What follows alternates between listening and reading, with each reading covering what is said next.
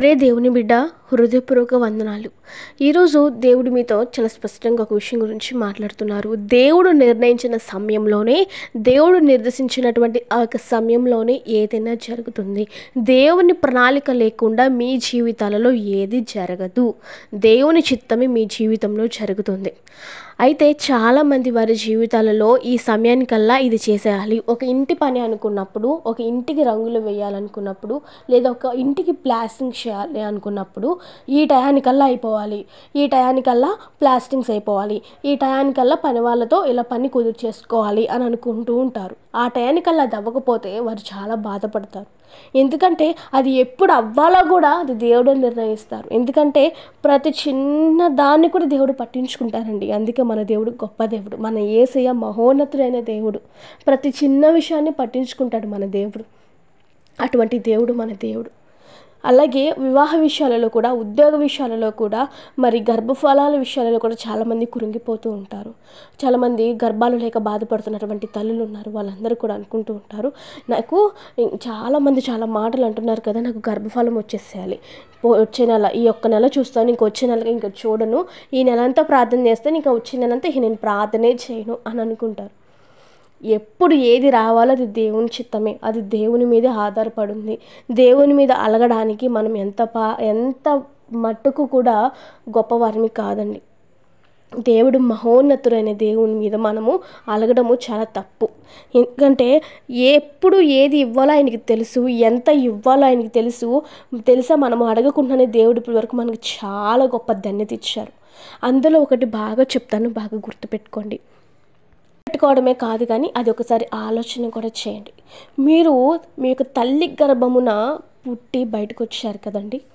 అలా మీరు బయటకు వచ్చారు అంటే అది ఎవరి వలన వచ్చారు, ఎందుకు వచ్చారు? మీరు మీ పేరెంట్స్ని అడిగారా? అమ్మా నేను మీ కడుపులోనే పుడతానమ్మా, నీ కడుపులోంచి నేను బయటకు వస్తానమ్మా అని మీరు అడిగారా? లేదు. అసలు నిన్ను ఈ భూమి మీదకి తీసుకొచ్చిందే దేవుడు కదా, నిన్ను ఈ భూమి మీదకి తీసుకొచ్చి నడిపిస్తుందే దేవుడు కదా. మీ ఎవరు అడగలేదు కదా, నాకు ఇటువంటి తల్లినివ్వు, ఇటువంటి తండ్రినివ్వు అని చెప్పేసి అడగల. దేవుడే నిర్ణయించారు. దేవుడే మిమ్మల్ని భూమి మీదకి తీసుకొచ్చారు. ఒకవేళ మీరు ఈ సమయానికి ఇది చేయాలి, ఈ సమయానికల్లా ఇది పెట్టాలి అని మీరు అనుకుంటే, అసలు నువ్వు ఈ భూమి మీదగా రాకపోతే, అసలు మీకు వాళ్ళు పుట్టకపోయింటే నువ్వు అలా అనుకునేవాడివా? నువ్వు అలా అనుకునేదానివా? కాదు కదా. దేవుడు నీవు నేను అడగక మునిపే ఒక గొప్ప శ్రేష్టమైన బహుమానాన్ని దేవుడు మనకు అనుగ్రహించారండి. అదే తల్లిదండ్రులు. చాలామంది కూడా తల్లిదండ్రులు లేక అనాథలుగా రోడ్డు మీద పడి కొన్ని అనాథాశ్రమాల్లో జీవిస్తున్నారు. కానీ దేవుడు మనకి గొప్ప తల్లిదండ్రులు కూడా ఇచ్చారు. కాబట్టి మనం దేవుని మీద అలగడానికి కానీ, దేవుని మీద కోపపడడానికి కానీ ఎంత మాత్రము అర్హులము కాదు. దేవుడు ఇచ్చినటువంటి ఉచితమైన కృప ఎంతో గొప్పది. వెలకట్టలేని ప్రేమను ఆయన మన మీద కుమ్మరిస్తున్నాడు. ఆయన రక్తంతో మనల్ని ప్రతి క్షణం కూడా ప్రేమిస్తున్నారు. ఆ విషయాన్ని మనము గుర్తుపెట్టుకోవాలి. కాబట్టి ఈ సమయంలో ఇది చేసేయాలి, ఆ సమయంలో అది చేసేయాలి అని చెప్పేసి నీవు అనుకుంటాం కాదు. నీవు అడగాలి, ప్రవ్వా ఈ సమయానికల్లా ఇది అయిపోతుందా? ప్రవ్వా ఈ సమయానికల్లా నేను ఈ పని చేయగలనా? ప్రవ్వా ఈ సమయానికల్లా నేను ఇలా చేయాలనుకుంటున్నాను, నడిపిస్తారా? ప్రభు పలానా తేదీన పలానా పని చేయాలనుకుంటున్నాను ప్రవ్వా, మరి చేయమంటారా అని దీనంగా అడగాలి. ఎందుకు నేను దేవుని దగ్గర దీనంగా అడగాలి అని మీరు అనుకున్నట్టయితే అడగాలి, తగ్గాల్సిందే. దేవుని దగ్గర తగ్గాలండి. ఎందుకంటే ఒక గొప్ప సార్ దగ్గరికి వెళ్ళినప్పుడు, ఒక కలెక్టర్ దగ్గరికి వెళ్ళినప్పుడు, లేదా ఒక ప్రిన్సిపల్ సార్ దగ్గరికి వెళ్ళినప్పుడు, మీకన్నా గొప్ప అధికారుల దగ్గరికి, మీకన్నా పెద్దవారి దగ్గరికి మీరు వెళ్ళినప్పుడు తగ్గి మాట్లాడతారా? దండాలు పెట్టి మాట్లాడతారా? సార్ అని మాట్లాడతారా? అలాగే మరి ఈ లోకంలో ఉన్నటువంటి వారి దగ్గరికి వెళ్ళి మీరు తగ్గి మాట్లాడుతూ ఉంటే మరి నజరేయుడైన యేసు దగ్గర ఎలా మాట్లాడాలండి? తగ్గి మాట్లాడాలి కదా. మరి ప్రతిదీ కూడా వంగి అడగాలి కదా.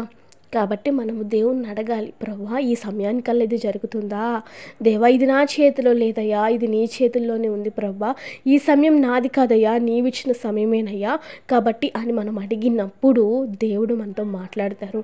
ఈ సమయానికల్లా అయిపోతుందమ్మా, ఈ తేదీన నువ్వు పెట్టుకో అమ్మా, ఈ తేదీన నువ్వు వివాహం డేట్ పెట్టుకో అమ్మా, ఈ తేదీకల్లా నీకు మంచి వరుడు వస్తారమ్మా అని చెప్పి దేవుడు చెప్తారు. ఎప్పుడైతే నువ్వు దేవునితో మాట్లాడతావో దేవుడు నీతో మాట్లాడతారండి.